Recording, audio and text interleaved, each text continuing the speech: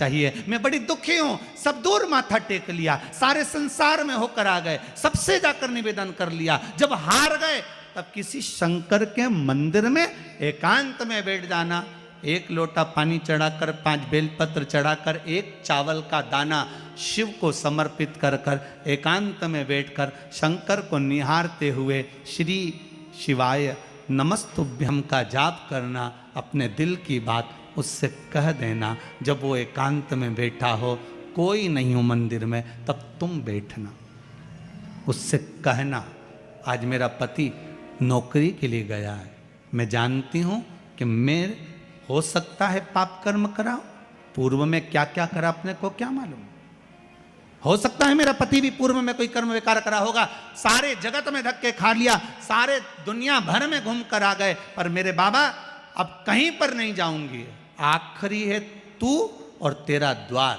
अब नहीं छोड़ूंगी। और उस बाबा से निवेदन कर कर जाना, 8 दिन 15 दिन इंतजार तो करो। उस बाबा से बोलने के बाद, एक टेबलेट भी खाते हो तो थोड़ी देर बाद असर करती है, तो थोड़ा इंतजार तो करो उसको बोलने के बाद, भटकना मती। उसके दरवाजे पर जाने के बाद भी अगर काम नहीं हो तो समझ लेना कि हमारा कर्म कुछ ज़्यादा गड़बड़ होगा लगा है, अभी समय लगेगा। भटकना मत ही, नहीं तो इनके छोड़ के दुनिया के लोग तो बड़े भटकते हैं। पहले राम जी के पास चले जाएं, राम जी से काम नहीं बने, हनुमान जी के पास चले जाएं, हनुमान जी से काम नहीं बने, ठाकुर जी के पास चले जाएं, ठाकुर जी से काम नहीं बने, शंकर जी के पास चले जाएं, शंकर जी से काम नहीं बने, तो कहीं दूसरी जगह चले जाएं। मैं नाम नहीं लूँगा, तुम समझ जा। कोई दूसरे धर्म में प्रवेश कर जाते हैं, कोई हिंदू धर्म को छोड़कर दूसरा धर्म अपना लेता है। क्यों? देवता नहीं सुन रहे तो दूसरा धर्म अपना लिया। फिर निवेदन करूंगा, मेरे हिंदू धर्म से बड़ा कोई धर्म हो ही नहीं सकता, यह पक्का है। इस हिंदू धर्म से बड़ा कोई धर्म नहीं हो सकता। आपको गौरवान्वितता महसूस होना चाहिए, मेरा राम, मेरा कृष्ण। अन्य जगह पर केवल लोग कहते हैं उनके धर्म में एक देवता होता है, हम कहते हैं बफेट का जमाना है इसलिए हमारे 33 कोटि देवता है। तुम्हारी मर्जी पड़े जिसको उठा लो, तुम्हारी मर्जी पड़े जिसको उठाओ। बफेट में जाते हो, कहीं गुलाब जामुन, कहीं छम्मक लड्डू, कहीं पानी पतासा, कहीं दही बड़ा खाते हो, पर जिस भोजन में तुम्हारी रुचि ज्यादा होती है उसकी प्लेट ज्यादा निपटा जाते हो। बोलो सही है की बात है? तुम भी सारे देवताओं के दरवाजे पर जाओ और जिससे तुम्हारी अच्छी पट जाए उसको पटा लो। 33 कोटि देवता में एक है, चाहे राम कृष्ण शिव भवानी जगदम्बा दुर्गा, जो तुम्हारे चित्तवृत्ति में आए उसको रिझाओ, उससे लगन लगाओ, उससे दृष्टि मिलाओ और उससे जाकर अपने दिल की बात कहो। जब शंकर से दिल की बात कहोगे, पक्का है वो सुनेगा। हम कई बार कहते हैं, अगर हो सके, कभी कभी होता है कि बहुत तकलीफ है और नहीं हो रहा काम, बहुत दिनों से लगे हो नहीं हो रहा, हरा मूंग ले जाओ। मूंग के दाने तो रहते हैं घर में, केवल 31 मूंग के दाने लेकर जाइए, 31 चावल के दाने लेकर जाइए और 31 ही बेलपत्र लेकर जाइए। जिस दिन सोमवार की अष्टमी हो, कौन से दिन?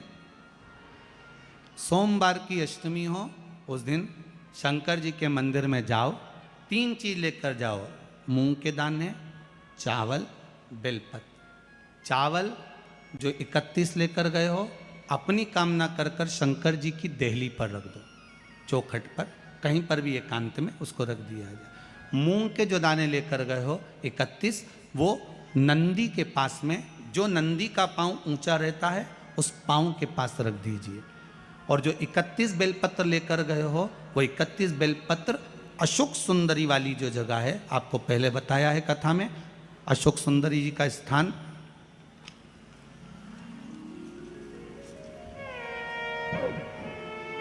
ये शिवलिंग, ये जलाधारी जहाँ से पानी बहता है, उसके बीच में एक मोटी सी लाइन होती है जो शंकर भगवान की छोटी लड़की अशोक सुंदरी का स्थान है।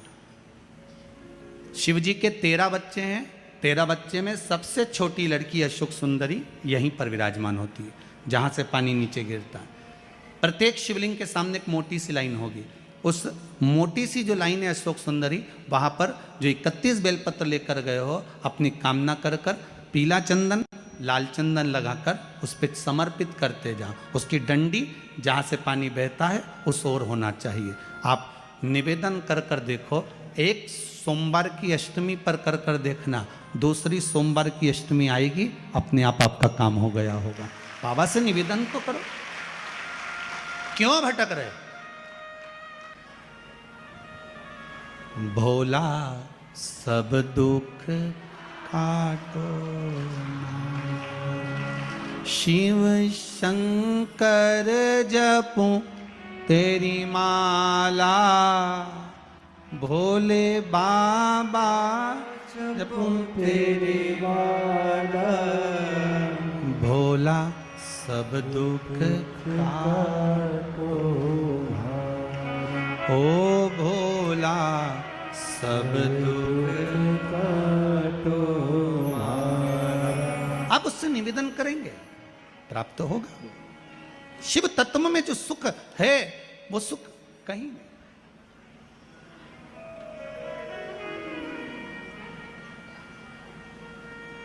एक मात्र शिव मंदिर में झाड़ू लगा रही हैं अहिल्याबाई, साधारण सा भाव है, केवल एक झाड़ू। कई लोग कहते हैं महाराज जी आप कहते हो मंदिर में जाकर झाड़ू लगाओ, पोछा लगाओ, तो जो हमने मंदिर में रख रखा है स्वीपर आदि कादिक जो भी सेवा करने वाला है, काम करने वाला है, वर्कर है, वो कर रहा है, तो हम क्यों करें? अरे भाई एक बात याद रखना, आप सबसे पूछना चाहूंगा, आप लोग कहते हो कि मंदिर की सफाई जो वर्कर रखा है उसे करना चाहिए, मंदिर की सफाई जो पुजारी रखा है उसको करना चाहिए। मैं आपसे पूछना चाहता हूं कि आपके घर में जो तिजोरी है दिवाली पे उसकी सफाई कौन करता है? नौकर करता है? अरे बोलते तो जाओ। नौकर करेगा? नहीं। वर्कर करेगा? नहीं। स्वीपर करेगा? नहीं। तिजोरी की सफाई कोई दूसरा नहीं करता, तिजोरी की सफाई हमें करना होती है। उसी तरह मंदिर की सफाई ना पुजारी करे ना कोई वर्कर करे, जो दर्शन करने जाए वो करे, क्योंकि ये तिजोरी है हमारी, ये तिजोरी है हमारी, यहां से हमें मिलता है, ये मेरा देव अधिदेव महादेव देता है और कम नहीं देता। वो चोर को कुबेर बना सकता है तो तुम्हें भी बना सकता, उसका कोई भरोसा नहीं है दादा, कोई भरोसा नहीं मेरे शंकर का, कब क्या दे दे कोई भरोसा नहीं। पहले भी कथा में कहा शिव देने वाले वो देता है। अब मेरे देव अधिदेव महादेव की कथा कर रही है, वहीं से मल्हार राव जी होलकर निकल कर जा रहे थे, उन्होंने उस बेटी को देखा जो शिव मंदिर में पूजन कर रही, और पूजन करने के बाद शंकर जी के मंदिर का थोड़ा सा प्रसाद ले जाकर बाहर छोटे छोटे लोग जो भी भोजन कर रहे थे उनको प्रदान कर रहे। एक साधारण से घर की बेटी, बिल्कुल सहज सरल, और बाबा ने कृपा क्या कर दी कि मालवा के राजा मल्हार राव जी होलकर जी ने अपने बेटे के लिए उस कन्या को चुन लिया और विवाह कराकर अपने घर लेकर आ गए महाराज। और यहाँ पर आई जब माता अहिल्याबाई इस मालवा में जब आई, तब उनकी भक्ति कितनी प्रबल थी कि साथ में अगर कुछ लेकर आई हैं तो वो देव अधिदेव महादेव लेकर आई, शंकर को लेकर। शिव पूरी दुनिया में कितने भी होंगे ना, किसी के हाथ में शंकर नजर नहीं आएंगे, पर अहिल्याबाई के हाथ में शिव जी दिखेंगे। आप भी शंकर को लेकर चलो ना, आप हाथ में लेकर मत चलो, इस दिल में तो लेकर चलो। थोड़ा सा दुख आया, थोड़ी सी तकलीफ आई, थोड़ा सा कष्ट आया, जपने बैठ जाओ श्री शिवाय नमस्तुभ्यं। थोड़ा सा कष्ट आया, नमः शिवाय जपो, पंचाक्षर मंत्र जपो, महामृत्युंजय मंत्र जपो। दुख आए शिव याद आए।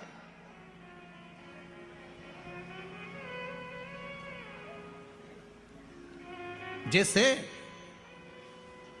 देवराज नाम का ब्राह्मण चोरी कर कर लाता, मंदिर में गया, कभी भगवान के मंदिर नहीं गया, पर आज शरीर में जब ताप आया शिव मंदिर में पहुंच गया। और देवराज नाम का ब्राह्मण जब मंदिर के अंदर गया, वहां शिव महापुराण की कथा चल रही थी, थोड़ी देर की, एक क्षण की, एक पल की कथा सुन ली, और कथा सुनी, चित्तवृत्ति में बैठी। उसके बाद में जो प्राण छूटे, प्राण छूटने के बाद देवराज नाम का ब्राह्मण जब मरा, प्राण छूटे, उसको कोई चोरी करने वाला, कपट करने वाला, छल करने वाला, बेईमानी करने वाला, इसको तो नरक जाना था, पर इसको लेने भी कौन आया? देव अधिदेव महादेव नंदी लेकर आए इसको लेने के लिए। तो पार्वती जी ने पूछ लिया, बोले बाबा सुनो तो, ये तो पापी है, इसने पाप करा है, चोरी करी है, छल करा, बेईमानी करी, कपट करी, और आप इसको नंदी पर लेकर जा रहे हो, क्यों? शंकर भगवान कहते हैं, पार्वती ये देवराज नाम का ब्राह्मण जिसने चोरी करी है, शंकर जी के मंदिर में चोरी करी है, शंकर जी के मंदिर में जाकर थोड़ी सी कथा सुन ली है, कथा सुनकर जहां ये प्राण त्याग रहा है, वहां पर बेलपत्री का वृक्ष है, उस वृक्ष के नीचे मरा है, इसलिए कैलाश जाएगा, ये कहीं नरक नहीं जाएगा, ये कैलाश की ओर जाएगा। ये बेलपत्री के वृक्ष के नीचे मरा, बेल के वृक्ष के नीचे, इसलिए ये कैलाश जाएगा। आज भी नियम है, कोई मरता है उसको लेकर जाते हैं, राम नाम सत्य बोलते लेकर जाते हैं, शमशान में जाने पर एक जगह पर उसको विश्राम दिया जाता है। इधर देते कि नहीं देते? इंदौर में देते हैं, एक जगह पर विश्राम दिया जाता है, अर्थी को उतारा जाता है, उतारा करा जाता है, यहाँ उतारो, यहाँ विश्राम दे दो। तो बच्चे पूछते हैं, पापा यहाँ पर ये दादाजी को क्यों उतारा, यहाँ बीच रास्ते में इनको क्यों रोका?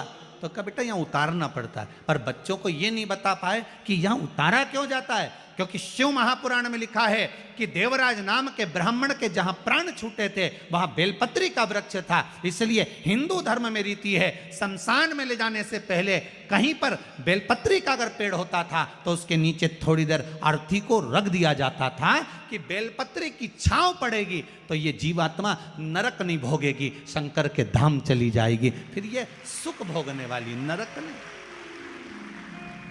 इसको सुख का अनुभव होगा, इसको सुख की प्राप्ति होगी।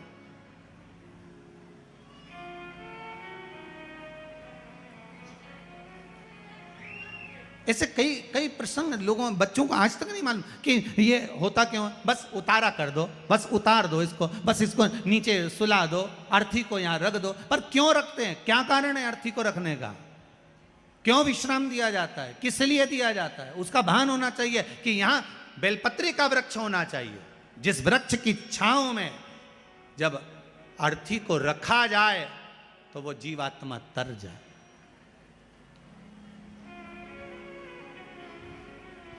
कई लोग कहते हैं गुरुदेव, कई लोग तो कहते हैं कि जब व्यक्ति मरता है तो उसकी आत्मा तो चली जाती है परमात्मा की ओर, फिर उसका लाभ क्या हुआ नीचे रखने का? गरुड़ पुराण कहती है जब किसी के प्राण छूटते हैं, छूटने के बाद उस जीव आत्मा को 10 दिन तक घर की अटारी पर रखा जाता है। कितने दिन रखते हैं?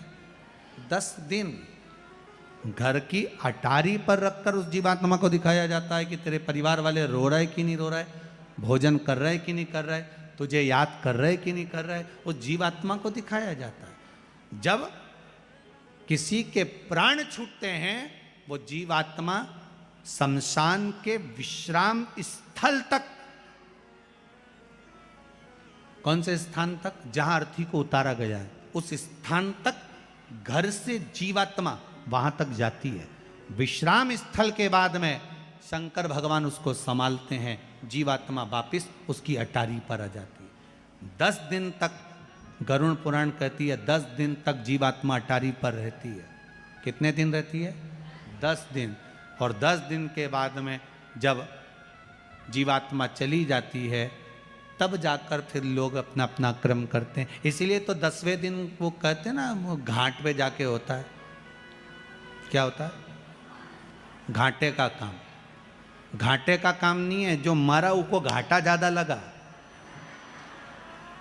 इसलिए उसको कहा घाटे का काम है। बेचारा इतना फ्रिज, कूलर, वॉशिंग मशीन सब छोड़ छुड़ा के चला गया। कितना घाटा लगा होगा।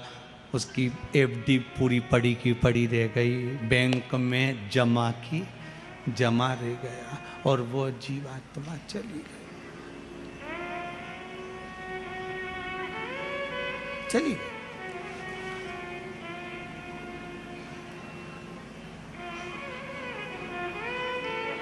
सब पड़ा रह गया, सब दर्द। और जाएगा जब यहाँ से कुछ भी ना पास होगा, 2 गज कफन का टुकड़ा तेरा लिबास होगा। क्या रहेगा? सब ब्रांडेड पहनने वाले भी, कुर्ता ब्रांडेड, जूते कंपनी के, घड़ी कंपनी की, यहां तक का सोना लिया तो वो भी कंपनी का, हर चीज कंपनी की पहनी है। पर आखिरी में जब मरोगे, मरने पर जो कफन पहनाया जाएगा वो कौन सी कंपनी का होगा, लिख के जरूर जाना कागज में कि रेमांड का पहनाना, कि इस कंपनी का पहनाना। नहीं, तुम तो पूरी जिंदगी तो कंपनी कंपनी करो, मरने वह कंपनी का है। इसलिए फिर निवेदन, अंत समय प्रभु आना। सबको याद है? सबको याद है? गाओ जरा। अंत समय प्रभु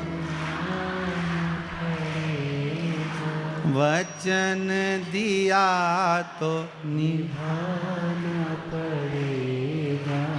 आए ना आए प्रभु कुटुंब हमारा, आए ना आए प्रभु कुटुंब कबीरा, आपको प्रभु जी आना पड़ेगा, आपको प्रभु जी आना पड़ेगा।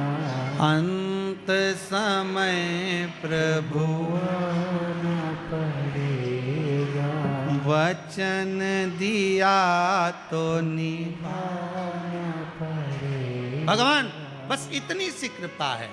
ये पीपल का वृक्ष, ये आंवले का वृक्ष, ये बेलपत्री का वृक्ष, ये वो देव वृक्ष हैं जिनका सुख मनुष्य को प्राप्त हो सके, मनुष्य को प्राप्त हो सके। आप थोड़ा प्रयास तो करो, प्रयास करो। कभी लगे गुरुदेव आज हमारे को बहुत थकान लग रही है, शरीर बेकार लग रहा है, सिर दर्द हो रहा है, शरीर में बेकार बहुत कष्ट उत्पन्न हो रहा है। पीपल के पत्ते की 5 पत्ते पीपल के थाली के अंदर रखो और उस पे भोजन करो, शंकर जी का कुंदकेश्वर महादेव का नाम लेकर। कौन से महादेव? एक बार जम के बोलिए, कुंदकेश्वर। कुंदकेश्वर महादेव का नाम लेकर भोजन करना प्रारंभ करो। 15 से 20 मिनट लगते हैं, हमारे टेबलेट खाने की जरूरत नहीं पड़ती। सिर दर्द बंद, शरीर कितना भी दुख रहा हो उसमें आराम लगना प्रारंभ हो जाता है। कुंदकेश्वर महादेव का नाम सुख की अनुभूति कराता है, शरीर के रोग को मिटाने के लिए। कुंदकेश्वर शिव का एक संबोधन। एक झाड़ू लगाई, पोछा लगाया उस कन्या ने, माता हिल्याबाई ने, और मल्हार राव जी अपने बेटे के लिए पसंद कर लिया और विवाह हो गया। श्री खंडेराव जी के साथ में जब विवाह हुआ, मालवा की महारानी बन गई। और देखिए शंकर साथ में लेकर आई। आपसे भी निवेदन है, मेरे शिव को भूल मत जाना, मेरे शंकर को अपने हृदय में बिठा कर रख, बिठा कर रखिए।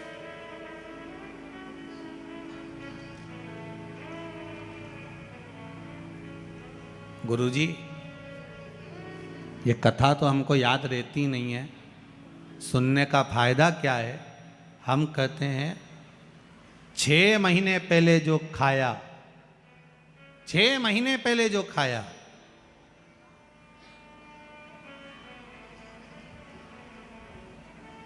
2 महीने पहले जो खाया, 15 दिन पहले जो खाया, वो याद नहीं रहता, पर शरीर में रक्त बनकर चलता है बहुत समय तक। उसी तरह शिव महापुराण की कथा भले याद ना रहे, पर एक बार अगर इस शरीर को मिल गई, इस आत्मा तक पहुंच गई, तो ये पक्का है मृत्यु तक साथ देने वाली है, यम की कैद से छुड़ाने वाली,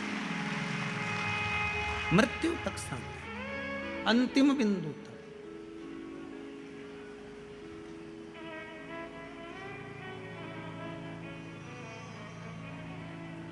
देवराज ब्राह्मण, चोरी करने वाला ब्राह्मण, वो देवराज जो चोरी कर कर धन लाया था। हाँ, होता है कभी कभी योग संजोग होता है, ब्राह्मण होकर ब्राह्मण कर्म से वंचित हो जाता है जीव, ये पूर्व के कर्म के अनुसार। इसलिए आपको बार बार कहते हैं मत बुरे कर्म कर बंदे वरना पछताएगा, भगवान की आंखों से तू बच नहीं पाएगा, तू बच नहीं। इसीलिए बार बार कहते हैं तेरा क्या होगा रे कालिया, होगा क्या, कब तक बचेगा और किससे बचेगा? शंभू से बचना, कौन जाने।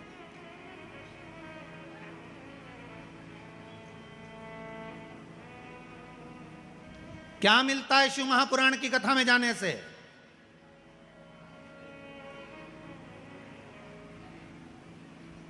क्या प्राप्त होता है शिव महापुराण की कथा में जाने से? अरे गुरुजी, आप कहते हो शिव पुराण की कथा में जाओ, हमारी तो चप्पल चली गई। क्या मिलता है शिव पुराण की कथा में जाने से? कोई कहेगा हमारा कोई सामान चले गया। हम तो आपसे हाथ जोड़कर निवेदन करते हैं, पहले भी करा, कुबेरेश्वर महादेव की कथा में आपको बोला था कि जितने लोग कथा सुनने आओ, कोई भी सोना चांदी की रकम लेके मत आओ। यहाँ आओ तो लेकर मत आओ, यहाँ आओ तो मेरे ओघड़ दानी मेरे शंकर का आशीर्वाद लेकर जाओ। तुम्हारे सोना और चांदी से महत्वता नहीं। क्या मिलता है शिव पुराण की कथा में जाने से? क्या होगा शंकर की कथा में जाने से? क्या मिलेगा हमें शिव महापुराण की कथा में जाने से? तो जो कहे आपसे कि शिव महापुराण की कथा में जाने से क्या मिलता है, उससे कहना एक बार सुन ले, 3 महीना इंतजार कर ले, 3 महीने की ये तारीख लिख के रख लेना कि शिव महापुराण की कथा, आज कौन सी तारीख है? 30 तारीख को चालू हुई है, 30 नवंबर को। दिसंबर, जनवरी, फरवरी तक इंतजार करना, कामना कर कर बस कथा सुन ले और उसके बाद अपने कार्य में लग जा। फिर भोलेनाथ जी एक बार अगर हाथ पकड़ लिए फिर नहीं छोड़ेगा, ये पक्का है। मतलब शिव पुराण की कथा एक बार अगर जो जाकर बैठ गया, कथा का रसतत्व श्रवण कर लिया, शंकर की कथा, कहीं मैं तो कहूंगा कई कई माताओं ने पशुपति व्रत इसलिए करे होंगे इंदौर के लोगों ने कि हम सीहोर नहीं जा पा रहे, पर सीहोर का कुबेरेश्वर महादेव यहाँ कथा सुना दे। ये कई कई लोगों ने विचार करा होगा, कहीं भोलेनाथ ने सुना होगा। इसलिए आदरणीय मंदोला जी के चित्तवृत्ति में, आदरणीय विजयवर्गीय जी की चित्तवृत्ति में वो कथा बैठ गई, और बैठने के बाद वो कथा अगर हो रही है, मेंदोला जी करा रहे हैं, विजयवर्गीय जी करा रहे हैं, मित्र मंडली करा रही है, इस कथा को अगर करा रहा है तो मेरा भोलेनाथ करा रहा है, और वो केवल आप लोगों के लिए करा रहा है कि आपकी चित्तवृत्ति में शिव है। चित्तवृत्ति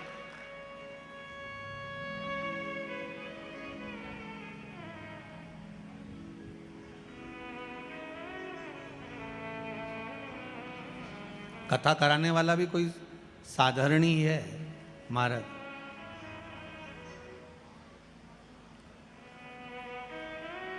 आप सब तो पलंग पर सोते होगे, पर मुझे कल मालूम पड़ा कि आदरणीय श्री रमेश मेंदोला जी, उनके कक्ष में जहाँ निवास करते हैं गुरुदेव, पलंग पर नहीं सोते, भूमि का शयन करते। ये संत का ही स्वभाव नहीं तो और क्या, भूमि का शयन करते। गादी लगी है जमीन पर, बस वहीं सो जाते। संत स्वभाव महाराज। तो हम तो कहेंगे शिव कथा करवा रहा है, शंकर सुन रहा है, शंकर बाच रहा है। मौका मिला है 7 दिन का, छोड़ना नहीं है। 7 दिन शिव महापुराण के, हमारे जीवन के भी 7 ही दिन है। रविवार को जन्म हुआ, सोमवार को बड़े हुए, मंगलवार को ब्याह हुआ, बुधवार को बच्चे हुए, गुरुवार को बीमार पड़े, शुक्रवार को हॉस्पिटल गए, शनिवार को सीताराम हो गए। 7 दिन तो यही निकल गए। तो 7 दिन बड़ी मुश्किल से तो मिले। 7 दिन में आज पहला दिन, और पहला दिन मतलब आप सबका जन्मदिन। सबको हैप्पी बर्थडे टू यू। आज घर के लोगों को जाके कह देना आज मेरा जन्म हुआ है, मैंने शिव महापुराण की कथा पंडाल में जाकर श्रवण करी है, शिव महापुराण की कथा सुनी है, आज मेरा जन्मदिन हुआ है, आज मैं भगवान शंकर के लिए पैदा हुआ हूं। मतलब जैसे मां अहिल्याबाई जन्मी थी शिव तत्व को जानने के लिए, आज मुझे जानने का मौका मिला है कि मैं शंकर को कैसे प्राप्त कर सकता हूं। देवराज नाम का ब्राह्मण मरने के बाद कैलाश धाम चले गए, शिव धाम, शंकर की भक्ति में डूब गए। आया एक बिंदुक नाम का ब्राह्मण था, जिसकी धर्मपत्नी का नाम चंचुला देवी था। बिंदुक ब्राह्मण था, वो भी थोड़ा धन चोरी कर लाता था, पत्नी को देता था। पत्नी और धर्म पत्नी में जमीन और आसमान का अंतर होता है। पत्नी वो होती है जो पति को पतन के रास्ते पर ले जाती है, धर्म पत्नी वो होती है जो पति को धर्म के रास्ते पर ले जाती है।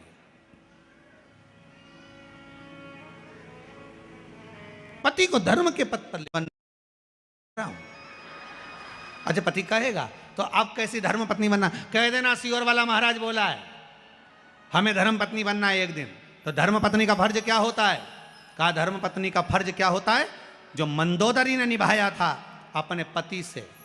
जिस समय श्री हनुमान जी महाराज आकर मंदोदरी से बोले, मंदोदरी राम जी महाराज रामेश्वर धाम की स्थापना कर रहे हैं, कोई विद्वान पंडित नहीं मिल रहा, मंत्र और संकल्प छुड़वाना है, पूजन करवाना है। मंदोदरी कोई विद्वान पंडित हो तो बता दे। मंदोदरी बोली मेरे पति रावण जैसे बढ़कर कौन विद्वान होगा? तो हनुमान जी महाराज बोले वो तो पूजन कराने जाने वाला नहीं, क्योंकि वो ही तो सीता जी को उठा के लाया था, वो कैसे पूजन कराएगा? मंदोदरी बोली मैं भी धर्म पत्नी हूं, को भगवान के दरवाजे तक तो भेज के रहूंगी। और मंदोदरी पहुंच गई। चोटी करती करती करती करती, पहले माताएं वो 3 चोटी में 3 अलग अलग भाग होते थे, उनको गुत्ती गुत्ती गई। माताएं वो चोटी धीरे धीरे क्यों गुत्ती थी? क्योंकि वो सोचती रहती थी कि इसका करना क्या है। 3 सोचती, एंटीना है सिग्नल, तो सोचती सोचती जा रही कि इसका करना। तो मंदोदरी सोचती सोचती गई। होता है एक बार, कहाँ की बात है महाराज जी, एक बार किसी भाई ने किसी बाबा जी ने उससे पूछ लिया एक पंडित जी से, क्यों पंडित जी तुम इतनी बड़ी बड़ी पुराण बाजते हो, इतना बड़ा बड़ा ज्ञान कहाँ से लेकर आते हो? पंडित जी बोले हमारी जो चोटी है ये एंटीना है, ऊपर से यहाँ से यहाँ। अच्छा, इतने में बाबा जी बोले तो हमें इतना ज्ञान क्यों नहीं आता?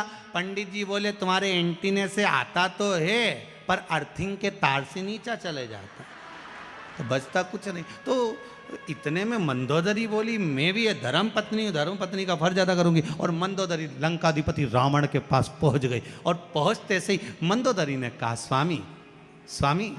रावण बोला हम लंकेश हैं। अच्छा, रावण की सबसे बड़ी प्रॉब्लम ही एक ही थी, हमेशा एक ही बात बोलता था हम लंकेश। अच्छा, सबको मालूम है कि तुम लंकेश हो, बोलने की क्या जरूरत, पर फिर भी बोलता था। बोला क्या बात है? मंदोदरी बोली आपने कभी ब्राह्मण कर्म नहीं करा, आपने कभी ब्राह्मण तत्व को नहीं जाना। रावण बोला मैं शंकर जी की पूजन करता हूँ, ये ब्राह्मण कर्म नहीं तो और क्या? मैं त्रिपुंड धारण करता हूँ, ये ब्राह्मण कर्म नहीं तो और क्या? मैं यज्ञोपवीत पहनता हूँ, ये ब्राह्मण कर्म नहीं तो और क्या? मैं शिव की आराधना करता हूँ, ये ब्राह्मण कर्म नहीं तो और क्या है? मंदोदरी कहती है ब्राह्मण कर्म वो होता है कि जजमान के यहाँ पूजन कराने जाओ और दक्षिणा लेकर आओ। तुम कभी किसी के यहाँ से दक्षिणा लाए? दक्षिणा लाने की जगह तुम सीता जी को उठा लाए। ये कोई बात है? कहीं जाओ और दक्षिणा लेकर आओ। रावण बोला मेरे जैसे विद्वान को किसी की सामर्थ्यता नहीं कि कोई मुझे बुला ले। इतने में तो मंदोदरी बोली फालतू बात मत करो, राम जी महाराज रामेश्वर धाम की स्थापना कर रहे हैं, उन्हें कोई विद्वान पंडित नहीं मिल रहा, तो तुम जाके स्थापना करा दो। रावण बोला राम जी कभी रामेश्वर की स्थापना नहीं कर सकते, मुझे मालूम है। मंदोदरी ने पूछा वो कैसे? रावण बोला राम जी की धर्मपत्नी तो लंका में, अकेले स्थापना करेंगे कैसे? तुम बताओ।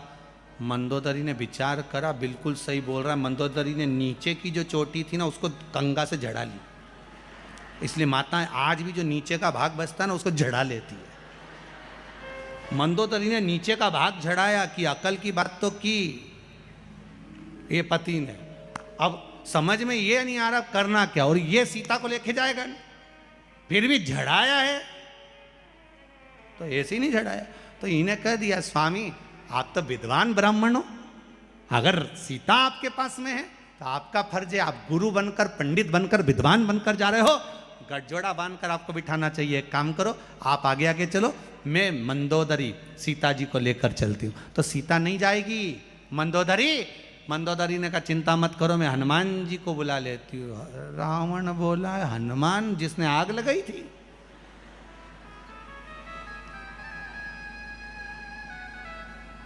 मंदोदरी बोली हाँ वही हनुमान।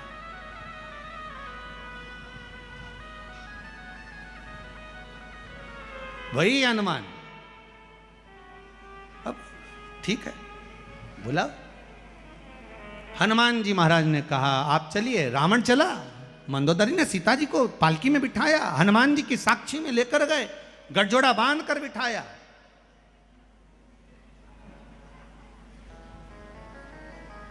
रावण ने पूजन करवाई, पूजन पूरी हो गई।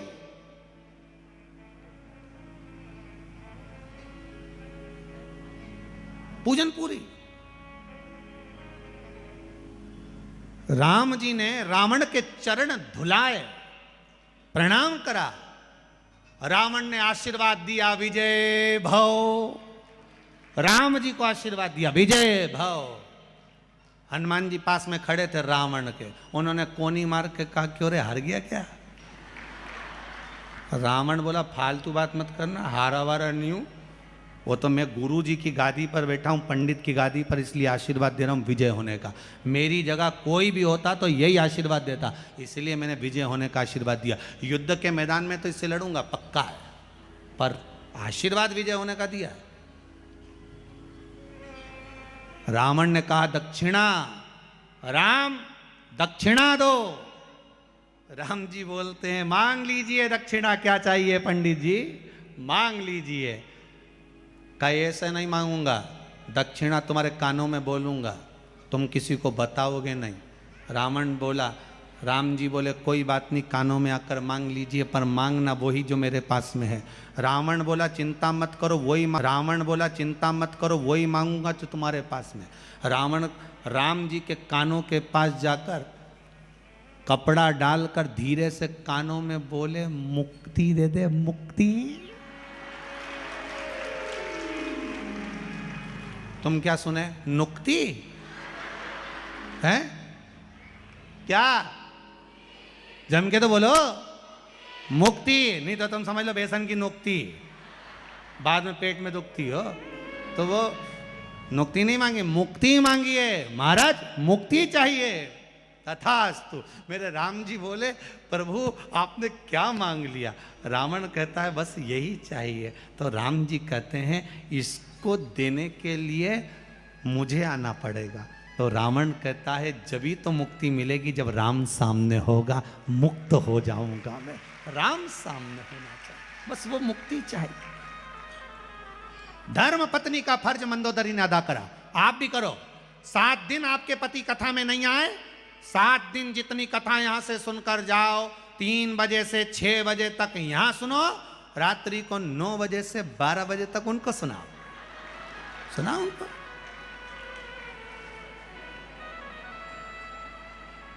उनके नींद आए तो कहना मैं चाय बना के लाई, थोड़ी देर पांव दबा दबा कर सुनाओ, पर सुनाओ। सीहोर वाले महाराज ने कथा सुनाई थी, आज ये बोला था।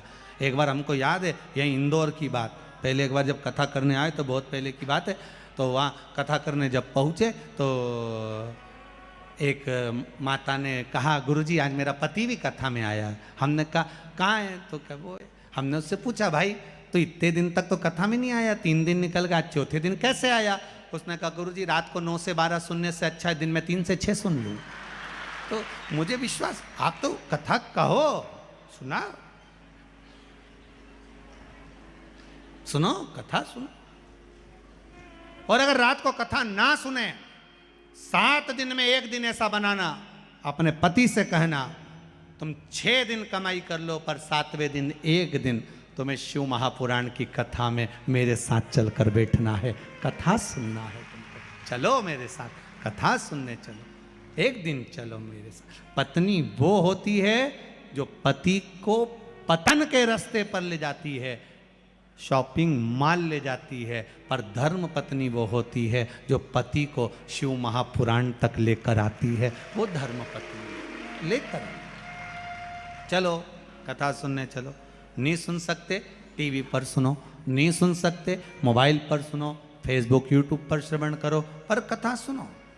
और सबसे बड़ी बात तो ये है, आस्था भजन पर कथा 3 बजे से 6 बजे तक आ रही है, और आस्था चैनल पर रात्रि को 10 बजे से 1 बजे तक आ रही है। 2 टाइम आ रही है, सुनो, पर सुनो, कथा का रसस्वादन करिए, अपने जीवन में आनंद की अनुभूति करिए, उस तत्व को उतारिए। अब कथा तुम इसलिए मत सुनना कि हमारा फोटो आया कि नहीं आया।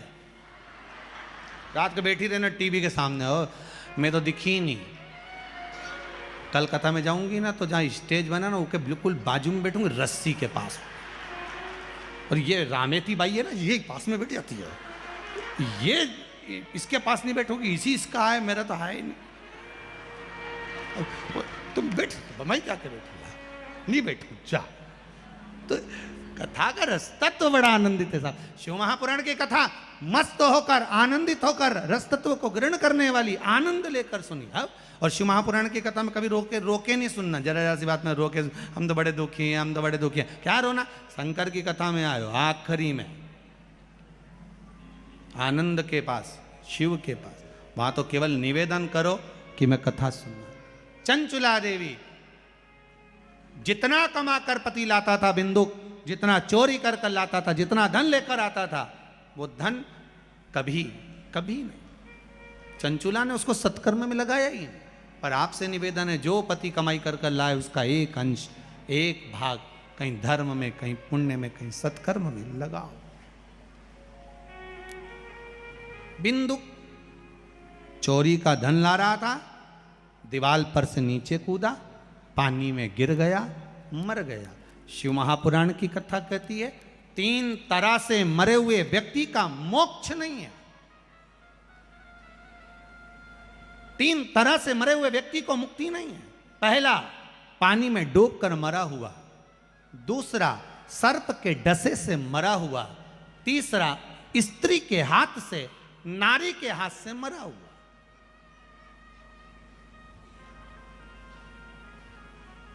ये कई लोगों की बड़ी बड़ी विचित्र, कई लोग कहते हैं हम तो बड़े परेशान हो गए, हम तो मर जाएं, हम तो जा रहे हैं ना, अब तो कुआं में कूद के मर जाएंगे। हमने कहा फैशन चेंज करो, कब तक कुआं में कूदोगे।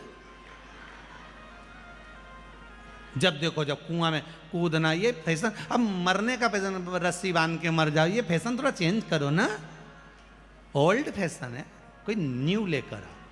तो क्या गुरुजी आप बता दो नया फैशन मरने का। हमने कहा शंकर जी का इतना भजन करो, इतना भजन करो, इतना भजन करो कि शंकर की भक्ति में लग जाओ और उसी का भजन करते करते प्राण छूट जाए, तो मरना। फिर एक बार ऐसे मरो मरो मरो, सब कोई कहे मर के देखे कोई, मरो तो ऐसा मरो कि फिर संसार में जन्म ना होई। जब भगवान का भजन करते करते मरोगे तो चल जाएगा। पर शिव महापुराण की कथा करी, पानी में डूब के मरोगे तो मोक्ष नहीं मिलेगा, नरक नहीं मिलेगा, स्वर्ग नहीं मिलेगा, ना नरक ना स्वर्ग, प्रेत की योनि में भटकते रहोगे। हवा के रूप में प्रेत की योनि में भटक रहे हो, भूत बन गए, प्रेत बन गए, प्रेत की योनि पड़ गई, पानी में डूबकर मर गए, सर्प के डसे से मर गए, प्रेत योनि। स्त्री के हाथ से मर गए, प्रेत योनि में। कई लोग कहते हैं गुरुजी मैं उसको बहुत चाहूं, ओ की तो शादी हो गई, मैं तो उसके चक्कर, स्त्री के चक्कर में मरेगा, भूत बन जाएगा। बिल्कुल मत मरना, छोड़ो प्लान। क्या मरना? आग लगे बस्ती में, अपन रहो मस्ती में, क्या किसको रोइए, चादर तान के सोइए। कभी टेंशन लेना मत, कभी मत लो, जो होगा होगा, जो भोलेनाथ जी चाहेंगे वही होगा। अब सौंप दिया इस, बोलो बोलो जरा, भार तुम्हारे छोड़ दिया। अब क्या सोचना, क्या सोच? अब तो हमें अंतिम बिंदु शिव तक जाना, और कुछ भी नहीं। अब हमें कहीं नहीं जाना। चंदन की नाव बनी,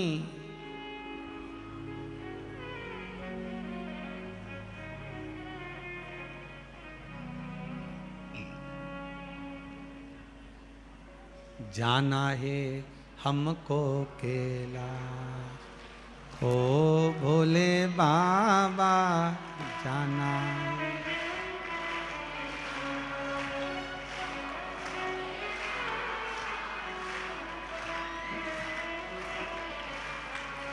हमको कैलाश भोले, हमको कैलाश, हमको कैलाश भोले, हमको कैलाश। ओ जाना है हमको कैलाश, ओ भोले बाबा जाना है हमको कैलाश, ओ भोले बाबा जाना है हमको कैलाश, ओ भोले बाबा जाना है हमको कैलाश। भाव से ओ भोले नैया बनी कौन खिवैया, काहे की नैया बनी कौन खिवैया, काहे नैया बनी कौन खिवैया। अरे कौन लगा देगा पार, ओ भोले बाबा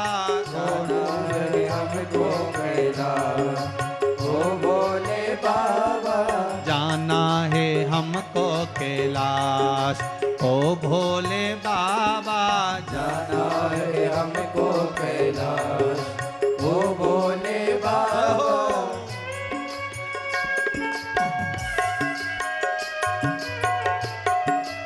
शंभो हे भोले, हे त्रिकाल, हे कैलाश, हे अविनाशी, हे शिव।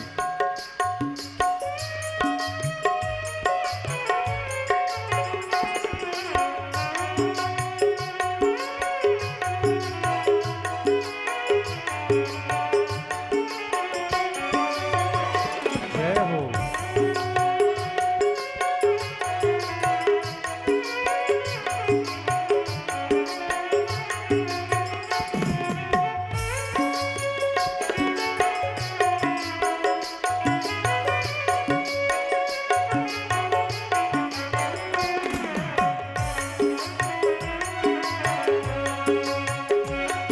के पास ओ भोले बाबा शंभू लगा देंगे पार, ओ भोले बाबा जाना है हमको कैलाश, ओ भोले बाबा जाना है हमको कैलाश, ओ भोले बाबा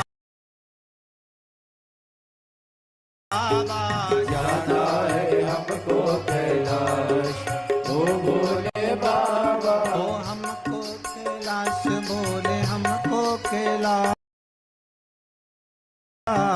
हमको कैलाश भोले, हमको कैलाश। ओ हमको कैलाश बोले, हमको कैलाश, हमको कैलाश भोले, हमको कैलाश। अरे जाना है हमको कैलाश, ओ भोले बाबा जाना है हमको कैलाश, ओ भोले बाबा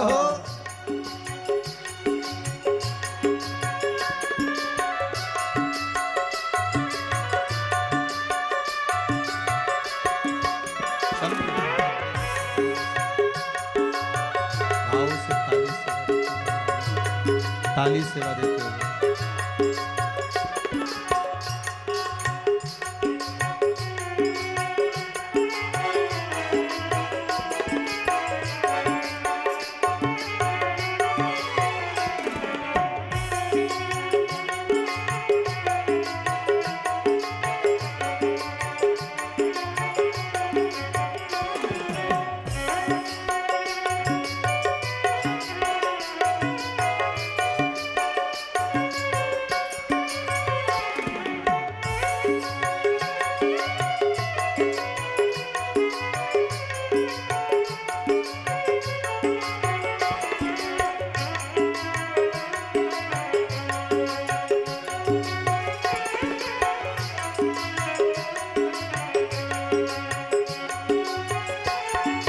काहे की माला बनी कौन नाम जपना, काहे की नैया बनी कौन के भैया, काहे की या बनी कौन नाम के जपना, भैया, काहे की नैया बनी कौन के भैया, काहे की माला बनी कौन नाम जपना, काहे की माला बनी कौन नाम जपना, कौन लगा देगा पार, ओ भोले बाबा कौन लगा देंगे पार, ओ भोले बाबा जाना है हमको कैलाश, ओ भोले बाबा जाना है हम। हर महादेव है। शिव पुराण कहती है महाराज, 3 तरह से मरे हुए व्यक्ति को स्वर्ग नहीं मिलता। 3 तरह से मरे हुए व्यक्ति को ना बैकुंठ मिलता है ना नरक मिलता है, प्रेत की योनि में वो पड़ा रहता है। प्रेत की योनि में पड़ा, न स्वर्ग है न नरक। बिंदु पानी में डूब कर मरा, इसलिए प्रेत योनि में चला गया, प्रेत की योनि में। और चंचुला देवी को मालूम पड़ा, जब चंचुला देवी को यह मालूम पड़ा कि मेरा पति प्रेत योनि में पड़ गया, उसकी मुक्ति नहीं, मोक्ष नहीं, क्या करा जाए। सारे नगर के लोग, गांव के लोग काशी जा रहे थे, सारे नगर के लोग, गांव के लोग काशी जा रहे हैं, उनके साथ में चंचुला देवी काशी जा रही है। आपको पहले भी कथा में कहा है, काशी अविमुक्त नगरी है, मोक्ष नगरी। काशी अविमुक्त नगरी है, मोक्ष नगरी। उस अविमुक्त नगरी की ओर जा रहे। शिव पुराण की कथा कहती है, 2 कदम भी हम अगर शंकर के मंदिर की ओर, शिव के द्वार की ओर बढ़ते हैं तो कहीं हमारा भाग्य प्रबल हुआ होता है, तब जाकर हम शंकर के द्वार पहुंचते हैं। भाग्य प्रबल होता है तब हम शिव के द्वार पहुंचते हैं। भाग्य की प्रबलता में शिव तत्व प्राप्त होता है।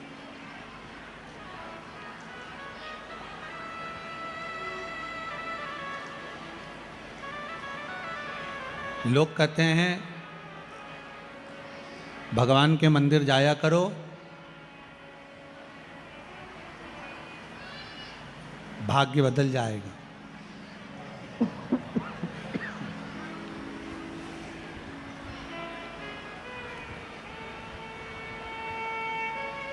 भगवान के मंदिर जाया करो, भाग्य बदल जाएगा। शिव महापुराण की कथा कहती है, जिस दिन मंदिर जाने का मन में विचार आ गया ना, उसी दिन से भाग्य बदल जाए। मंदिर जाओगे तब बदलेगा। और शिव पुराण तो यह कहती है, जिस दिन मन में भाव आ गया कि मुझे शंकर की कथा में जाना है, मुझे मंदिर जाना है, मुझे देवालय जाना है, मुझे तीर्थ जाना है, मुझे शंकर के द्वार जाना है, उसी दिन भाग्य बदल जाएगा। बस मन में भाव आना चाहिए तो भाग्य बदल। चंचुला देवी काशी चली और काशी में चंचुला देवी, उसका मन नहीं था, क्योंकि कभी उसने दान करा नहीं था, कभी धर्म करा नहीं था, कभी पुण्य करा नहीं, कभी सत्कर्म करा नहीं। ना दान करा, ना धर्म करा, ना पुण्य करा, ना सत्कर्म करा। जो कभी भगवान का भजन करा होता है उसी का चित्त भगवान के भजन में लगता है। कभी नहीं करा उसने भजन, फिर भी काशी गई और काशी में जाकर एक स्थान पर बैठी थी, तभी उसको शिव महापुराण की कहीं कथा हो रही थी और उसकी आवाज उसके कानों में पड़ गई। होते हैं जीव होते हैं, वो भाग जाते हैं। उसी तरह शिव महापुराण की कथा कहती है कि शिव महापुराण की जहां गर्जना होती है, शंकर की कथा जहां होती है, और जितने दूर तक शिव महापुराण की आवाज जाती है, उतने दूर तक जितना पाप कर्म हो रहा होता है वो सब समाप्त हो जाता है। पाप कर्म समाप्त, छल कपट बेईमानी प्रपंच पाप आदि कर्म समाप्त हो।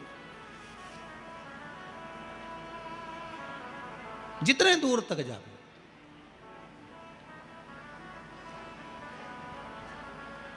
शिव गर्जना सिंह की गर्जना के बराबर। महाराज कथा सुनी, मन में शिव समाहित हुआ। कथा क्या देती है तो कहा शंकर को हृदय में बिठा देती है। भगवान कभी देता हुआ नहीं दिखेगा आपको कि आकर दिया, पर शंकर की कथा सुनने के बाद अगर कोई आपका हेल्प कर रहा है, कोई सहयोग कर रहा है, कुछ दे रहा है, कुछ प्रदान कर रहा है, समझ लेना वो तुम्हारा परिचित नहीं, शंकर ही उस रूप में आया, कोई दूसरा नहीं आया है, शिव ही आया। क्योंकि तेरे दरबार की बाबा निराली शान देखी है, तेरे दरबार की बाबा निराली शान देखी है। तुझे देते नहीं देखा, झोली भरी देखी है। मेरा शंभु कभी सामने आकर नहीं देगा, पर देता जरूर है। जब लंका अधिपति रावण को सोने की लंका दे सकता है, भस्मासुर को कंकण दे सकता है, तो आप और हमको क्यों ना देगा। कितना दुख है जीवन में, दुख ऐसा कोई मनुष्य पृथ्वी पर पैदा नहीं हुआ जिसको दुख नहीं हुआ। कोई तन दुखी, कोई मन दुखी, कोई धन बिन रहत उदास, तुलसी या संसार में सुखी राम का दास।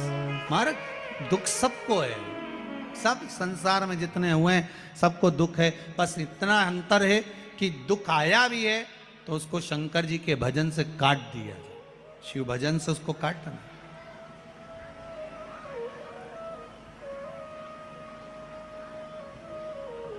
इस पत्र में एक माता ने पत्र लिखा है छोटा सा कि गुरुदेव अब इतने लोग बैठे हो, माइक भी पहुंचाएं तो किसके पास पहुंचाएं, और माइक पहुंचेगा तो 1 घंटे में पहुंचेगा। इसलिए नहीं तो हम तो आप लोगों को खड़ा करके बुलवा सकते थे, पर हम नहीं बुलवा रहे। इसमें पत्र में लिखा है,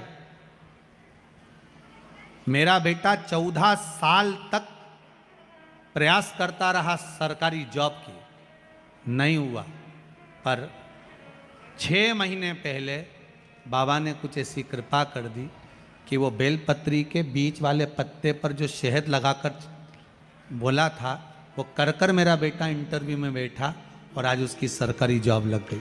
भगवान की कृपा है, शिव कृपा। और देखो कोई भी पत्र हम साथ लेकर नहीं जाते, ये पत्र आपको यहीं रखे मिलेंगे, पढ़ भी लेना। और हम नहीं ले जाते पत्रों का, ले जाके करेंगे क्या, यहीं रखा।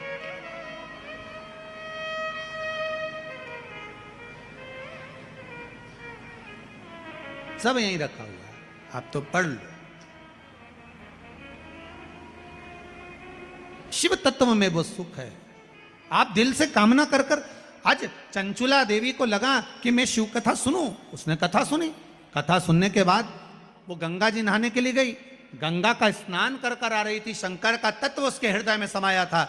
गंगा नहाते नहाते शिव महापुराण की कथा सुनने के लिए जब दूसरे दिन बैठी, बैठते बैठते उसके मन में आ गया, बाबा मेरा मन करता है कि अब जैसा मेरे पति ने प्राण त्यागे मैं भी त्याग दूं, पर मैं प्रेत योनि में ना पड़कर देवताओं के पास जाऊं, ये मेरी अभिलाषा है।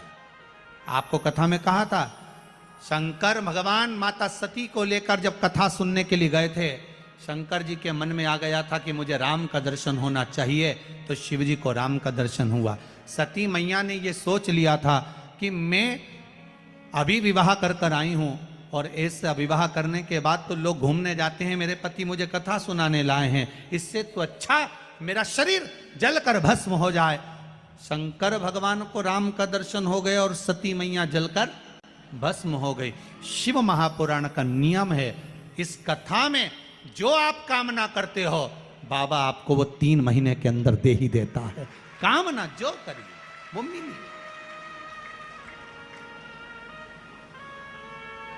जब जब इस शिव महापुराण की कथा में श्री शिवाय नमस्तुभ्यम आए, उस समय पर आप अपने हृदय के भाव को शंकर से जोड़ने का प्रयास करें कि बाबा अब हमारे पत्र को, हमारे मन की बात को ही दिया मैंने, खाया पिया है, तेरा शुक्रिया है, तेरा शुक्रिया है।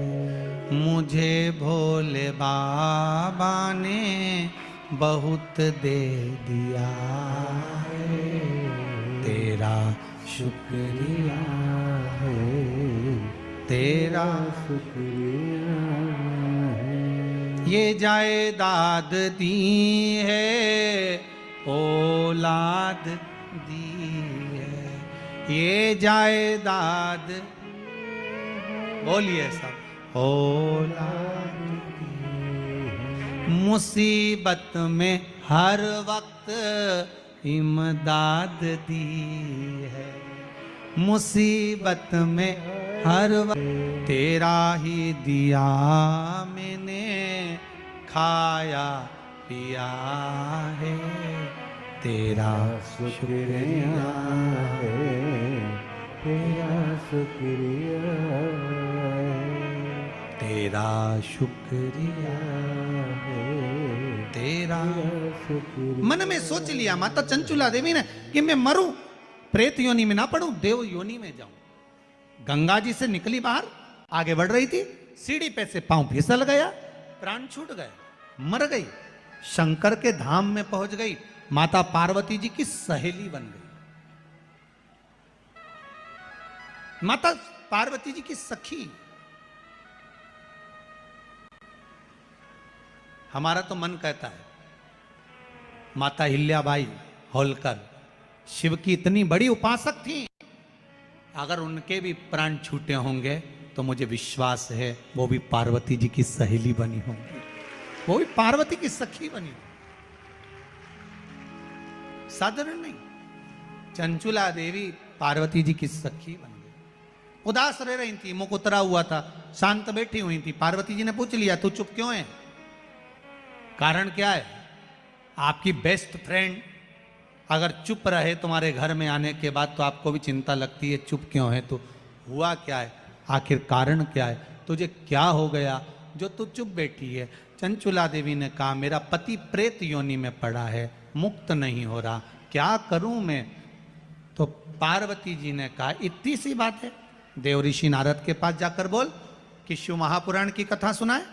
नारद जी से जाकर कहा तो नारद जी बोले मुझे तो श्राप लगा है कि मैं एक जगह नहीं बैठ सकता।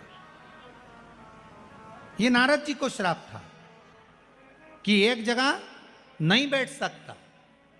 ऐसा श्राप किसी किसी को लगा होता है। जितने लोग कथा में आए और कोई बार बार उठ के जाए, फिर आए, फिर जाए, फिर आए, फिर जाए, समझ लेना नारद जी है।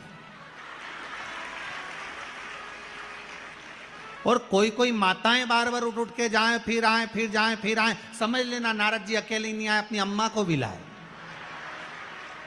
श्राप लगा तो क्या करोगी? उससे झगड़ा करोगी क्या? बार बार जाएगा आएगा? कुछ नहीं करना, सिर्फ पल्लू लेना, जो बार बार जाए आए उसके पांव पड़ लेना, भैया धन्य है रे नारद करिए।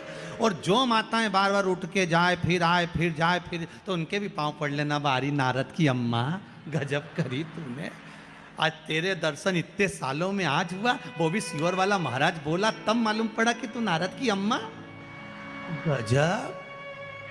तो जो तुम्हें जाता आता दिखे, बार बार बार बार जाए, समझ लो। स्टेज पे भी कहीं कहा है तो जो किनारे पे बैठे उनसे निवेदन तुम भी पढ़, गजब, अकेला है। चिंता देवर्षि नारद से कही। नारद ने कहा मैं कथा नहीं कह सकता क्योंकि मुझे श्राप लगा है। फिर कौन कहेगा? नारद जी बोले मेरे मित्र हैं तुम्बरू का। क्या नाम है? तुम्बरू का। तुम्बरू का नाम साधारण नहीं है महाराज, प्रैक्टिकल करके देखना। जो बच्चा चिड़चिड़ कर रहा हो, बहुत गुस्सा कर रहा हो, बहुत गुस्सा, जो बहू चिड़चिड़ कर रही हो, जो सास चिड़चिड़ कर रही हो, भाई बंधु कुटुंब कोई चिड़चिड़ कर रहा हो, बहुत क्लेश घर में हो रहा हो, एक कटोरी में पानी लो, तुमरुका जी का नाम लो, शिव जी का नाम लेकर, तुमरुका जी का नाम लेकर थोड़ा सा पानी का आचमन करा दो। 10 मिनट 5 मिनट में एकदम चुप, लड़ी नहीं सकती, गुस्सा आएगा ही नहीं, क्रोध शांत, वो कितनी भी चोटी का से चुप एकदम, वो लड़ाई का जो क्रम होता है ना वो शांत। तुमरुका जी सुख प्रदान। तुमरुका जी बोले कथा तो कह दूंगा, मना नहीं है, पर जोड़े से कौन बैठेगा? शिव महापुराण में कोई जोड़ा से तो भी बैठना चाहिए। जोड़ा कहां से लाओगे? क्या करोगे? चंचुला देवी कहती है मैं क्या कर सकती हूँ, वापिस चली गई। पार्वती जी ने पूछा हुआ क्या? जोड़ा कहां से लाऊं? तू क्यों चिंता करती है, शिव जी की आराधना कर। जोड़ा बनाने वाला भी वही है, सब काम वही कर सकता है। शंकर भगवान बोले अगर इसको कथा करवाना है, जोड़ा नहीं मिल रहा, शिव जी बोले अपन जोड़ा बनकर जाएंगे। शंकर जी ईश्वर जी बन गए, पार्वती जी गौरा जी बन गई। शंकर गणा, पार्वती गौर, गणगौर बनकर शिव पार्वती 16 दिन तक तैयार हुए, इसलिए गणगौर 16 दिन की होती है इंदौर में गणगौर। कितने दिन की? 16 दिन की गणगौर होती है। पार्वती जी ने 16 दिन श्रृंगार करा, इसलिए पार्वती जी के 16 श्रृंगार हुए। शंकर जी ने 16 दिन श्रृंगार करा, इसलिए हिंदू धर्म में 16 संस्कार हुए। 16 दिन की गणगौर हुई, दूल्हे जैसा फेटा बांधकर श्रृंगार कर कर ईश्वर जी और गोरा जी बनकर शिव जी जैसे ही जा रहे हैं। ईश्वर जी गोरा जी बनकर शंकर पार्वती चल दिए कथा सुनने के लिए। तुमरुका जी कथा को कह रहे हैं, ईश्वर जी और गोरा जी आ रहे हैं, पधार रहे हैं ईश्वर जी गोरा जी। जोरदार ताली बजाकर ईश्वर जी और गोरा जी का स्वागत करिए, आदर करिए। भगवान ईश्वर जी और गोरा जी पधार रहे हैं। शंकर पार्वती दूल्हा बनकर, दुल्हन बनकर, गणा और गौर बनकर, शिव पार्वती ईश्वर जी और गोरा जी बनकर भगवान शंकर की कथा सुनने के लिए जा रहे हैं। महाराज ऐसी शिव महापुराण की पावन कथा, जोरदार ताली बजाकर ईश्वर जी गोरा जी का स्वागत करेंगे। भगवान ईश्वर जी और गोरा जी पधारे हैं। भगवान गणा गौर बनकर कथा का रसास्वादन करते हैं। आज की कथा विराम की ओर जा रही है। कल सुंदर शिव महापुराण की ओर आगे बढ़ते हुए बेलपत्री के जो 3 पत्ते होते हैं, इसमें जो बीच के 2 पत्ते होते हैं नीचे के, जब किसी को थायराइड